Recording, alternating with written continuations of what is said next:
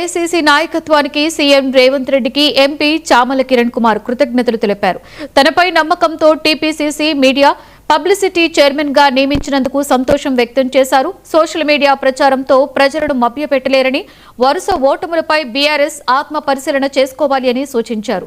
ప్రతిపక్షాల తప్పుడు ప్రచారాన్ని కాంగ్రెస్ కార్యకర్తలు తిప్పికొట్టాలని పిలుపునిచ్చారు. పోలవరం విషయంలో కేంద్రం వెనక్కి తగ్గడానికి సీఎం రేవంత్ రెడ్డి, మంత్రి ఉత్తమ్ కుమార్ రెడ్డి కృషే కారణమని పేర్కొన్నారు. బీఆర్ఎస్ బీజేపీ తప్పుడు ప్రచారాన్ని సమర్థంగా ఎదుర్కొనేందుకు కాంగ్రెస్ సిద్ధంగా ఉందని ఎంపీ చామల స్పష్టం చేశారు.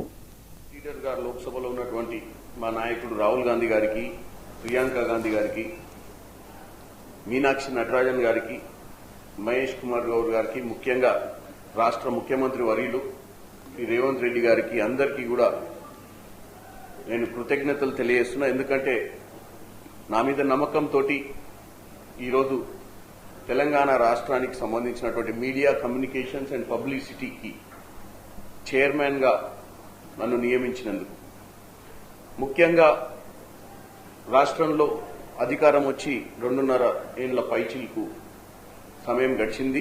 ఈ సమయంలో తెలంగాణ రాష్ట్రంలో 10 ఏళ్ల బీఆర్ఎస్ పాలన, నీళ్లు నిధులు నియామకాల నినాదంతో వచ్చినటువంటి బీఆర్ఎస్ ఏ విధంగా రాష్ట్రాన్ని పట్టించుకోకుండా ఏ విధంగా రాష్ట్రాన్ని అప్పుల పాలు చేసిందో, ముఖ్యంగా వాళ్ళు చేసినటువంటి అప్పులు